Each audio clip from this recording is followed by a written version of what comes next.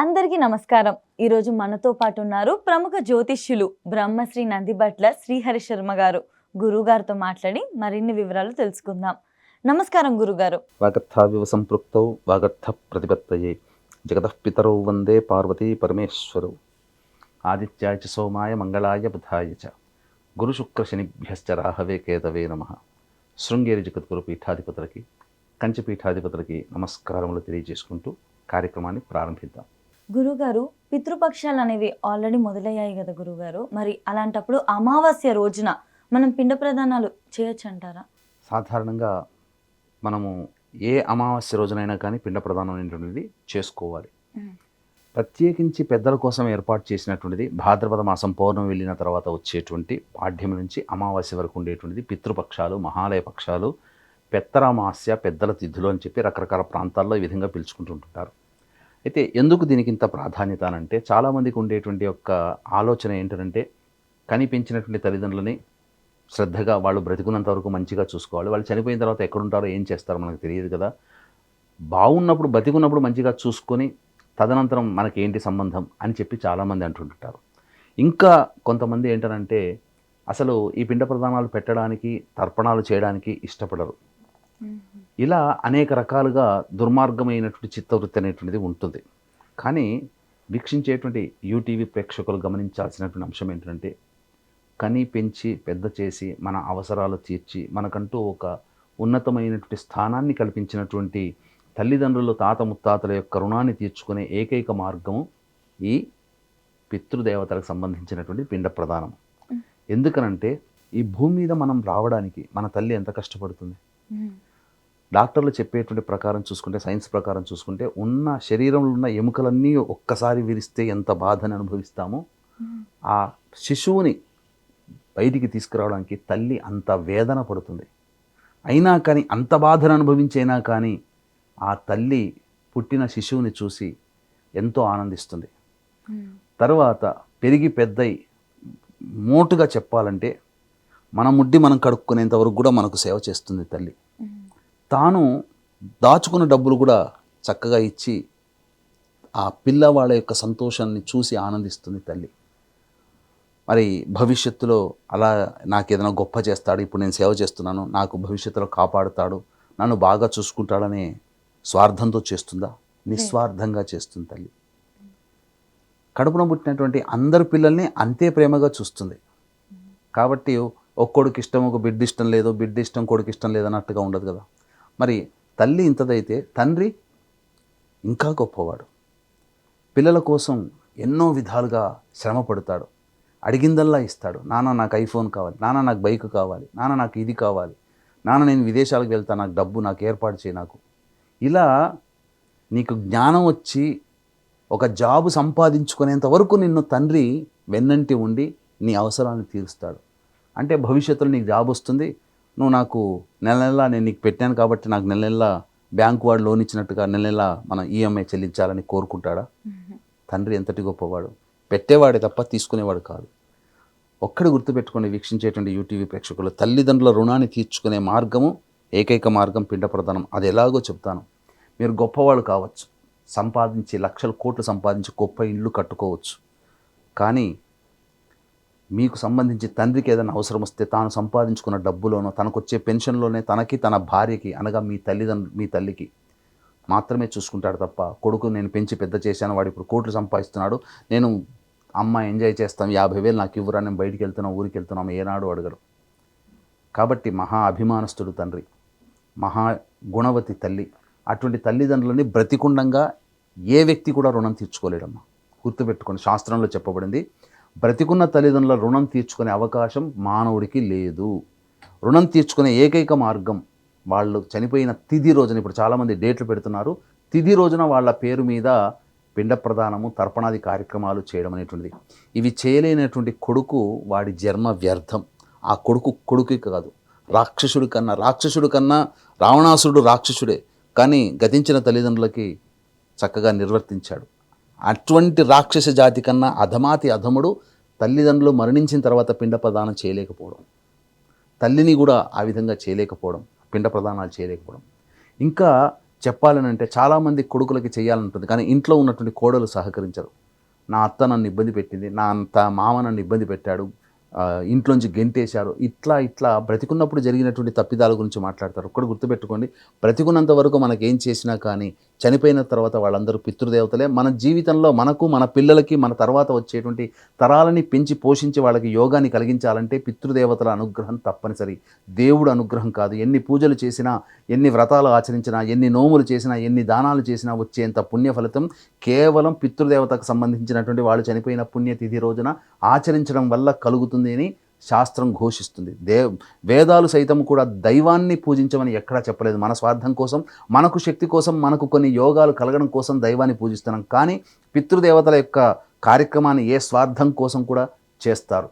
కాబట్టే ఆ పితృదేవతలు మనకు అవసరమైన సమయాల్లో మనకి ఏది కావాలో, ఎప్పుడు ఏది జరగాలో, ఎలా జరగాలో, ఎప్పుడు జరగాలో, ఏ విధంగా జరగాలో అన్నీ పితృదేవతలే చూసుకుంటారు. కనీసం మనం పూజ చేసినటువంటి దైవానికి చేసినటువంటి పూజా ఫలితం రావాలన్నా పితృదేవతలు అనుగ్రహిస్తేనే తప్ప దేవతా పూజా ఫలితం మనకు లభించదమ్మా. ఇది గుర్తుపెట్టుకోవాలి. శాస్త్రంలో ఉన్న మాట చెప్తున్నాను. ఇక కోడలు, ఇంతకుముందు చెప్పాను కదా, ఆ కోడలు సహకరించరు. కానీ ఇక్కడ అటువంటి కోడలు కూడా జన్మ వ్యర్థం. బతికున్నప్పుడు ఏమైనా జరిగి ఉండవచ్చు కాక, కానీ చనిపోయిన తర్వాత దేవతలతో సమానం. కాబట్టి అటువంటి దేవతల్ని మనం పూజించక తప్పదు. కాబట్టి ఎప్పుడు మనకు తెలవకపోయినా ఈ భాద్రపద అమావాస్య అనేటువంటిది మనకు అందించినటువంటి వరం. కాబట్టి కనీసం అమావాస్య రోజునైనా కానీ ఈ కార్యక్రమం చేయాలి. దీనికి సంబంధించినటువంటి నియమాలు అనేటువంటి కొన్ని ఉన్నాయి. అనగా ఏ రోజునైతే ఇంట్లో పిండ ప్రదానము, తర్పణాది కార్యక్రమాలని అనుకుంటుంటామో ఆ ముందు రోజు నేల మీద పడుకోవాలి దంపతులు. దాంపత్యం పనికిరాదు. చాలామంది ఆ పిండ ప్రదానం చేసే రోజున క్షౌరము, గోళ్ళు ఇవన్నీ గడ్డం గీసుకోవడం చేస్తుంటారు. పిండ ప్రదానం చేసే రోజున ఇటువంటివి చేయకూడదు. ఇక ఇంటి ముందర ముగ్గు వేయకూడదు. పిండ ప్రదానం చేసే రోజున ఇంటి ముందర ముగ్గు వేయకూడదు. ముగ్గు వేశారంటే దేవతలు ఇంట్లోకి రారు. ఇక ఖచ్చితంగా రోజు చేసే దేవతారాధన, దీపారాధన చేయాలంటే ఖచ్చితంగా చేయాల్సింది. దీపారాధన, దేవతా పూజలు చేసుకోవాల్సిందే. కానీ ఆ రోజున గంట కొట్టకూడదు. గంట శబ్దం వింటే పితృదేవతలు రారు. కాబట్టి గంట అనేటువంటిది కొట్టకూడదు. ఇక తదనంతరం చాలామంది చేసే ఇంకొక తప్పు ఏంటంటే చనిపోయినటువంటి వాళ్ళకందరికీ ఇష్టమైనటువంటి వంటకాలన్నీ చేసి ఆ ఫోటో ముందు పెడతారు, తర్వాత వాళ్ళు తింటారు. ఇది మనం ఇష్టమైన పదార్థాలు ఆ పేరు చెప్పి చేసుకొని మనం ఎంజాయ్ చేయడం కోసం, తినడం కోసమే తప్ప అసలు ఫోటో పెడితే ఎలా చెందుతుంది?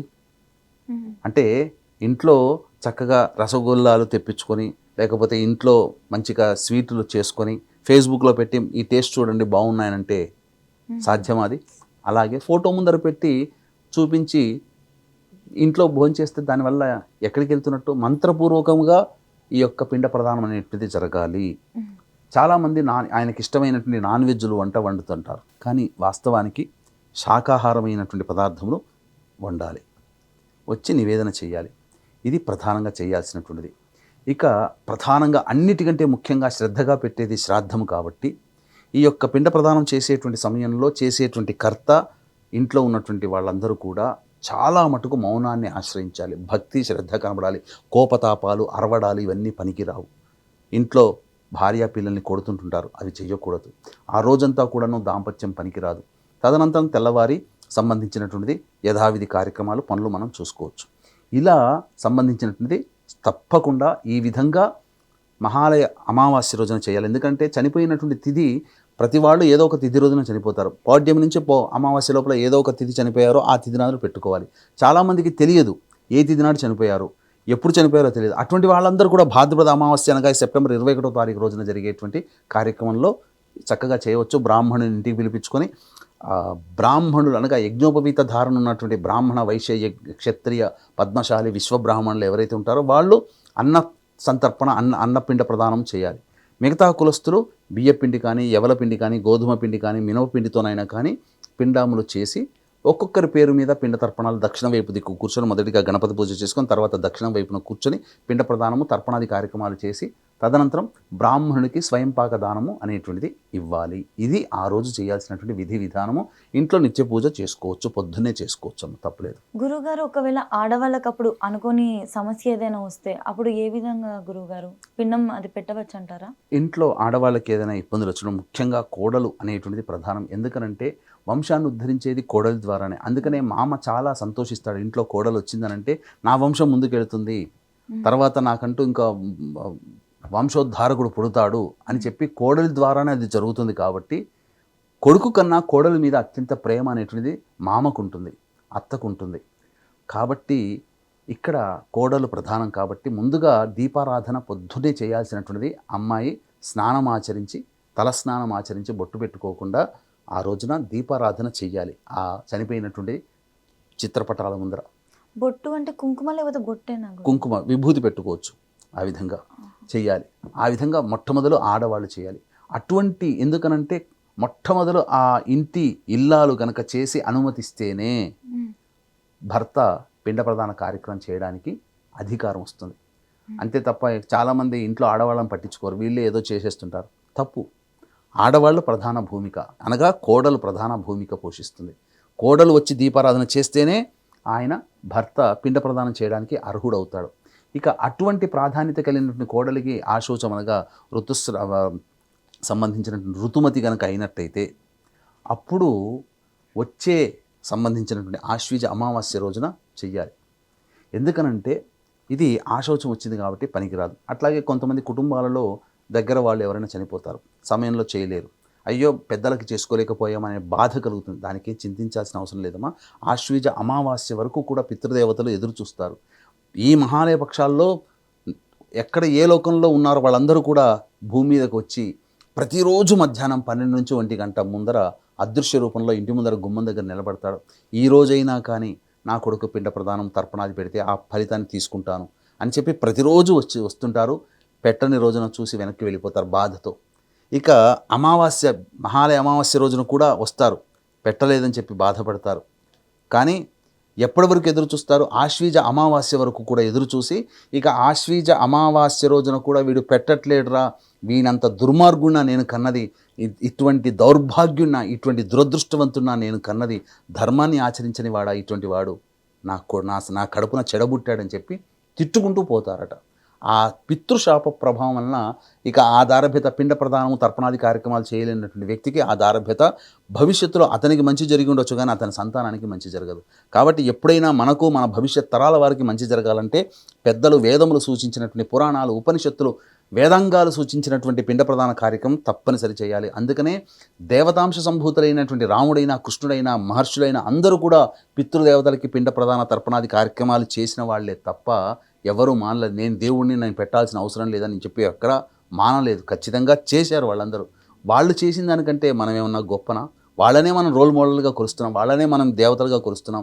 అటువంటి సందర్భంలో వాళ్ళు చేసినటువంటి పని మనం చేయకపోవడం అనేటువంటిది అత్యంత నీచమైనటువంటి పని. ప్రపంచంలో ఒక ధర్మం ప్రకారం ఏదైనా కానీ తప్పు అని ఏదైనా చెప్పడం అనేది ఉంది అనంటే గతించిన పెద్దలకి పిండ ప్రదాన తర్పణాది కార్యక్రమాలు చేయలేకపోవడమే అత్యంత మహాదోషము అని చెప్పబడి ఉంది.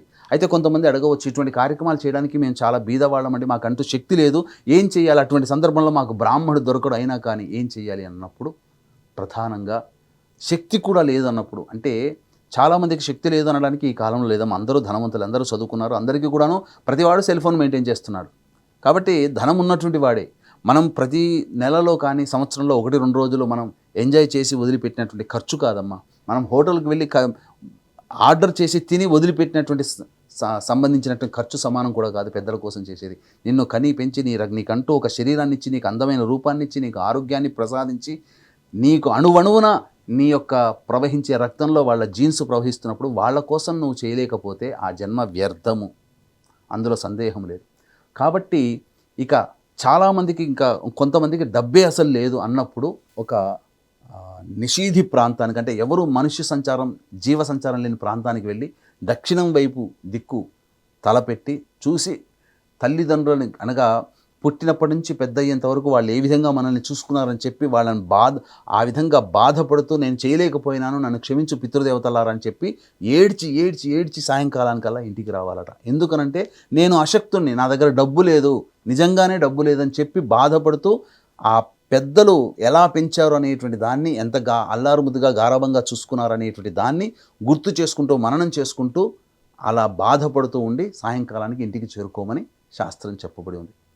కాబట్టి పూర్వకాలంలో ఒకప్పుడు అంటే బీదవాళ్ళు ఉండేవాళ్ళు, కటిక పేదరికంలో జీవించి ఉండేవాళ్ళు. ఇప్పుడు అందరూ కూడా ధన సంపాదిస్తున్నారు. కాబట్టి పెద్దవాళ్ళ కోసం చేసేటువంటిది అతి ఎవరైనా కానీ చేసుకోవచ్చమ్మా. గురుగారు ఇంకొక విషయం, అమావాస్య రోజు మనకి గ్రహణం కూడా వస్తుంది కదా గురుగారు, మరి దాని ప్రభావం ఉంటుందా? మనం అసలు ఆ రోజు చేసుకోవచ్చు అంటారా? ఈ అమావాస్య రోజున సెప్టెంబర్ 21వ తారీఖు రోజున సూర్యగ్రహణం అనేటువంటిది ఉన్నదమ్మా. కాబట్టి ఈ సూర్యగ్రహణ ప్రభావం మన భారతదేశంలో కనిపించదు. కాబట్టి ఎవరు కూడా దీనికి సంబంధించినటువంటిది ఆందోళన చెందాల్సిన అవసరం లేదు. న్యూజిలాండ్, ఆస్ట్రేలియా వంటి దేశాల్లో, ఫిజీ వంటి దేశాల్లో గ్రహణం కనిపిస్తుంది. కాబట్టి అక్కడ కనుక భారతీయులు కనుక ఉన్నట్లయితే అప్పుడు ఈ గ్రహణ ప్రభావానికి సంబంధించినటువంటి కాలమాన్ని అనుసరించి ఉదయం 10-11 లోపలనే ఈ యొక్క సంబంధించినటువంటి తద్దినాది కార్యక్రమాలు అనేటువంటి పూర్తి చేసుకోవడం చాలా మంచిది. వీక్షించేటువంటి ప్రేక్షకులు కూడా గమనించాల్సినటువంటిది ఈ యొక్క సూర్యగ్రహణ ప్రభావం అనేటువంటి మనకు లేదు. కాబట్టి ఎల్లరూ కూడా, మన భారతదేశంలో నివసిస్తున్న ఎల్లరూ కూడా తప్పకుండా తమ పితృదేవతల కోసం పిండ ప్రదానాది కార్యక్రమాలు అనేటువంటివి జరిపించుకోవాలి. ఇది చాలామంది చేసుకోలేరు. కాబట్టి అటువంటి వాళ్ళ కోసమే 21వ తారీఖు రోజున, అమావాస్య రోజున మన పీఠం ఆధ్వర్యంలో భర్త లేదా తండ్రి వైపు 3 తరాలు, భార్య లేదా తల్లి వైపు 3 తరాల్లో మరణించిన వారి యొక్క ఆత్మతృప్తి కోసం పిండ ప్రదాన కార్యక్రమం, తర్పణాది కార్యక్రమాలు అనేటువంటివి బ్రాహ్మణులని కర్తగా పెట్టి చేయించడం జరుగుతుంది. అవకాశం ఉన్న వాళ్ళు కార్యక్రమం తదనంతరం కాంటాక్ట్ చేసి ఈ సంబంధించినటువంటి వివరాలు తెలుసుకోవచ్చు. గురుగారు, స్వయం పాకంలో ఖచ్చితంగా ఇవ్వవలసిన వస్తువులు ఏంటో చెప్తారా గురుగారు కాస్త? తప్పకుండా. ఈ యొక్క స్వయం పాకంలో సంబంధించినటువంటిది బ్రాహ్మణులకి స్వయం పాకం అంటే ఆ రోజుకు సంబంధించినటువంటి వాడుకోవడానికి ఇవ్వవలసినటువంటి వస్తువులు ఖచ్చితంగా 1 కిలో వరకు అయినా కానీ బియ్యంలో తక్కువ ఇవ్వాలమ్మా. ఇక సంబంధించిన కేవలం బ్రాహ్మణులకు ఇవ్వాలంటే అవసరం ఉన్న వాళ్ళకి ఇవ్వవచ్చు. మన ఇంటికి ప్రతి సంక్రాంతికి వస్తుంటారు కదా వాళ్ళందరూ హరిదాసులు, వాళ్ళకి ఇవ్వవచ్చు. ఎవరికైనా కానీ అనాథాశ్రమాలు ఉంటాయి, వృద్ధాశ్రమాలు ఉంటాయి, అవసరమైన మన దానము ఆ యొక్క అవసరం ఎవరికైతే ఉంటుందో వాళ్ళకి ఇవ్వవచ్చు. పెద్దల పేరు చెప్పించి బ్రాహ్మడికి కూడా ఇవ్వవచ్చు. అయితే దీనికి సంబంధించినటువంటి స్వయంపాక దానంలో పప్పు, ఉప్పులు, బెల్లము, చింతపండు ఇలా అంటారు కదా, ఖచ్చితంగా మినుములు అనేటువంటిది ఉండాల్సిందే. కందగడ్డ ఇవ్వవచ్చు. ఇంకా చెప్పాలి అని అంటే ప్రధానంగా ఈ సంబంధించినటువంటి కొన్ని వస్తువులు మనకు చెప్పబడి ఉంది. ఆకుకూరల్లో తోటకూర ఇవన్నీ ఇవ్వవచ్చునమ్మా. అంతేకాని గోంగూర ఇవన్నీ కూడా ఇవ్వడానికి వీల్లేదు. ఆకుకూరలు, పాలకూర ఇవి ఇవ్వవచ్చు. ఇంకా ఏమేం వస్తువులు ఇస్తే 1000 రకాలైనటువంటి కూరగాయలు ఇచ్చినటువంటి ఫలితం దక్కుతుందని మనకు శాస్త్రం చెప్పబడిందంటే నల్లేరు, కాకరకాయ, పనసకాయ, ఈ 3 వస్తువులు, ఈ 3 కూరగాయలు కనుక తీసుకొని వచ్చి ఇచ్చినట్లయితే 1000 కూరగాయలు స్వయంపాక దానం చేసినటువంటి పుణ్య ఫలితం వస్తుంది. అలాగే బూడిద గుమ్మడికాయ ఇవ్వకూడదు, మంచి గుమ్మడికాయ ఇవ్వాలి. ఇది మనకు శాస్త్రంలో చెప్పబడినటువంటిది. ఈ విధంగా దానాలు చేయాలమ్మా. దక్షిణతో సహా వస్త్రదానం చేయవచ్చు. బ్రాహ్మడికి అవసరమైన వాళ్ళకి వస్త్రాలు ఇవ్వవచ్చు, తప్పులేదు. కానీ బ్రాహ్మడికి ఇచ్చేటట్టయితే వస్త్రదానము దక్షిణ సహితం కూడా ఇవ్వాలమ్మా. ఆ రోజున చక్కగా ఇటువంటి దానము చేస్తూ, నా తల్లిదండ్రులు ఎందుకనంటే ఇది దానం చేయడం వల్ల ఏంటి ఫలితం అని అంటుంటారు. మరణించినటువంటి వ్యక్తి ఎక్కడో ఒక చోట జన్మించక మానదు. మనకు సంబంధించి మనకున్నవి 6 నెలలు మళ్ళీ ప్లస్ 6 నెలలు. అంటే పితృలోకంలో 6 నెలలు ఈజ్ఈక్వల్ టు 1 పగలు, 6 నెలలు ఈజ్ఈక్వల్ టు 1 రాత్రి. అంటే మనకు సంవత్సరానికి వాళ్ళకు 1 రోజుతో సమానం. కాబట్టి నువ్వు సంవత్సరంలో 1 రోజున నువ్వు వారి పేరు మీద చేస్తున్నప్పుడు వాళ్ళకి 1 రోజుకి భోజనం అనేటువంటిది అందుతుంది. వాళ్ళు ఏ జన్మ ఎత్తుతుంటారో తెలియదు. ఎక్కడైనా చెట్లు, చేమలు, జంతువులు, క్షీరదాలు, పక్షులు, కీటకాలు, ఆ విధంగా నువ్వు 1 రోజు చేయడం వల్ల ఆ యొక్క జన్మ ఎత్తినటువంటి వాళ్ళకి సంవత్సరం అంతా, ఎక్కడ జన్మ ఎత్తినా సంవత్సరం అంతా వాళ్ళకి అన్నపానాదులకు లోటు లేదు. ఇప్పుడు ఉదాహరణకు చూసుకుంటే అమెరికా, ఫ్రాన్స్ లాంటి గొప్ప గొప్ప దేశాలలో కుక్కలకి సపరేట్గా ఇళ్ళు ఉంటాయి, పడుకోవడానికి చెట్లు, వైభవపేతమైన జీతం. ఆ కుక్కలకు కూడా బ్యాంక్ బ్యాలెన్స్ ఉంటుంది. ఇవన్నీ ఎందుకున్నాయి? పూర్వజన్మలో ఎక్కడో జన్మించాడు, కానీ కర్మవశాత్తు, పాపవశాత్తు కుక్క జన్మ ఎత్తాడు. కానీ ఎక్కడైతే జన్మ ఎత్తాడో పూర్వజన్మలో ఆ వంశం వాళ్ళు చక్కగా దానాది కార్యక్రమాలు చేస్తున్నటువంటి కారణం చేత ఈ కుక్క జన్మ ఎత్తినా కానీ వైభవపేతమైన జీవితాన్ని ఆ కుక్క గడుపుతుంది. అందరి కుక్కలకు కలుగుతాయా? అలా అనమాట. కాబట్టి దీన్ని మనం ఇలా అర్థం చేసుకోవాలి. చాలా చక్కగా నేను అడిగిన అన్ని ప్రశ్నలకు కూడా చాలా చక్కగా వివరించినందుకు, మీ సమయాన్ని కేటాయించినందుకు ధన్యవాదాలు గురుగారు. సర్వం శ్రీ ఉమామహేశ్వర పరబ్రహ్మార్పణమస్తు.